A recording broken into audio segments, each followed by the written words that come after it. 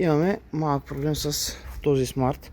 Това е 800 кубика дизел смарт 451 2008 година. Случва се, когато запалим, чекът да не изгасне и да не можем да тръгнем. Някой път изгасва бързо, някой път не изгасва изобщо, някой път изгасва с голямо закъснение. Сега закачихме го на диагностика и даде електронния мобилайзер, когато чека свети, че е активен. Трябва да е неактивен, за да може колата да тръгне. След малко проучване разбрахме, че има някакъв проблем между комуникацията на имобилайзера с компютъра. Тоест, когато имобилайзера има някакъв проблем, дали е в самия сам модул, понеже там се намира, или е нещо по кабелите, той не праща информация към компютъра, че ключът е разпознат и по този начин компютър не пуска гориво към колата. Сега пробвахме ключа, извадихме батерията, дадохме на контакт и веднага светна ключето. Сложихме го, стана си на N, на свободна и колата запали. Значи проблемът не е в ключа на този етап. Сега започваме да гледаме букси и сам модули. Сега ще пипнем навсякъде къде ще има букси и кабели, за да извадим централния панел, да видим ключалката отдолу как е. Това нещо е на щипки. С една отверчета тук полека дръпвате нагоре и това нещо излиза. Следващото, махаме тапата тук. Вижда ли се? Махаме тапата тук, има един болт, който се маха и излиза. Сега имайте предвид, че отпред има една щипка пластмасова, ето тя се вижда, която трябва да откачите задния болт, за да излезе напред и да се вдигне. И сега ще измъкнем тази пластмаса и ще видим ключалката отдолу. Така, ето я буксата, вадиме и ето един от проблемите, които може би създава оксидация.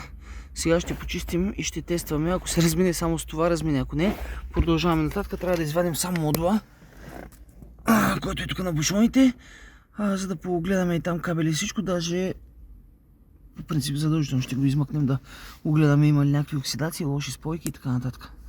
Сега, за да извадим кутията на бушоните, тук има една пластмаса, която се натисва на къде беше, бе? Нагоре и към нас. Слиза леко надолу. Този край се бутва нагоре и напред и по този начин откопчава. Ето така.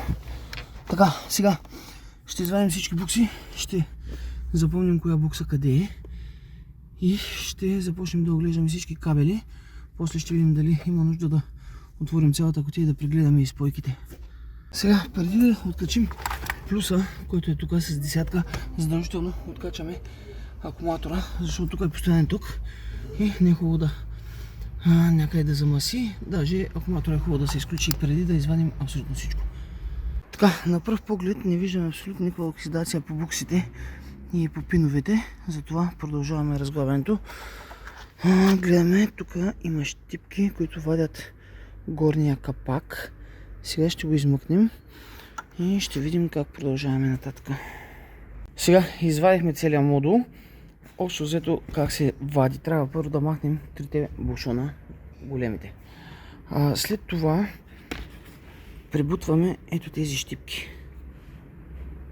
Тази отсам, от другата имаше още някъде, но не...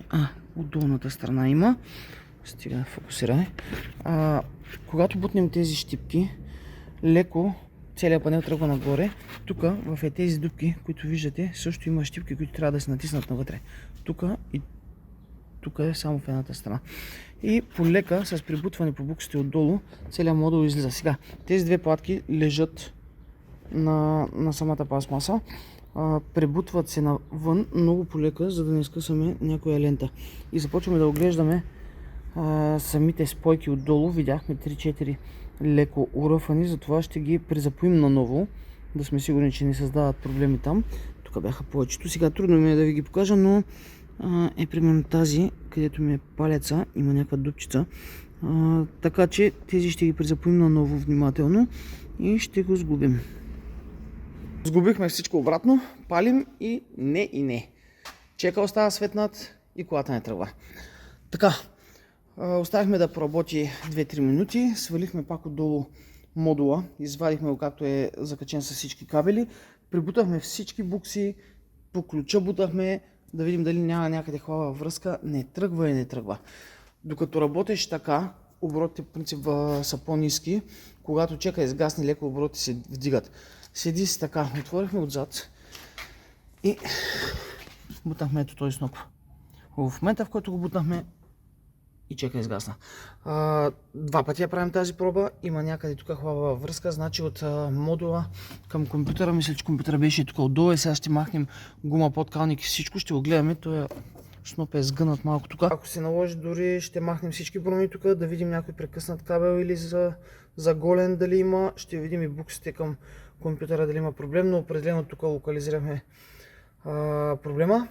Така че започваме да разглабяме и ще видим какво ще излезе. Сега информативно, докато работим, това, което съм запомнил, че има тук отдолу подкалника, това е релето за подгрева на подгревните свещи. Свалихме буксите да ги почистим всеки случай, но да, не е тук. Като цяло компютъра се намира ето тук. Сваляме дясната кора и това е компютъра. Сега тук има много кабели, много нещо, букси.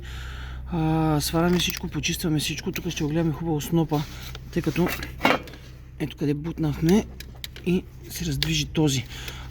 Ще огледаме хубаво, гледам, че нямаме някакви сериозни, то никакви оксидации няма, но пак ще препръскаме буксата на компютъра и тези букси и ще видим навсякъде масите са здраво хванати, няма проблем с тях. Ще оголим броните, задължително да огледаме някъде дали има поражение, тъй като ето как се вижда тук, айде не го издърпахме, но има някаква гума тук, която държи тук да не се протрие. Ще огледаме дали има протрити кабели и това, което ще направим е тези кабели насам да ги захванем към купето. Двигателя има доста вибрации, 3 цилиндъра дизел, доста мърда и възможно да клати кабелите. Така че след хубав оглед ще ги фиксираме към купето, за да не се движат и предполагам, че ще се оправи този проблем. Така, развихме хубаво ето този сноп. И виждаме на доста места проблеми. Тук имаме оголване. Сега фокусирай. Така, тук имаме оголен кабел. Тук насам също оголен кабел. Не знам дали се вижда. Така, тук някъде още видяхме на едно място. Ето го, този кафевия. Този кафевия има цепка. Така, малко трудно фокусират, да. Така, този има цепка, до него някъде също видях още една на същото ниво, на същото положение. Ето тук, този белият и той. Така, значи определено някъде е натиснал ръб тук и броните са се лекичко сцепили, така че имаме някакви поражения по кабелите. Сега ще огледаме абсолютно всеки един до тук, тъй като тук нататък вече няма къде да обляга и би трябвало всичко да е наред, но тук има проблеми и ще ги оправим и ще видим дали реално ще изчезне проблема. И така, всички кабели почистени, изолирани, всичко прегледано, да видим как ще е спалянето. Чакаме да изгаснат лампите. Чакай, трябва да изгасне веднага след палене. Да, идеално. Значи оправили сме проблема. Най-вероятно някъде е окъсявало отзади. Възможно е да е облягал някой сигнал по маса, но там беше проблема. Значи за хора, които имат този проблем, възможно е по другите места, където прегледахме да е проблема, но това са местата общо взето, които трябва да проверим.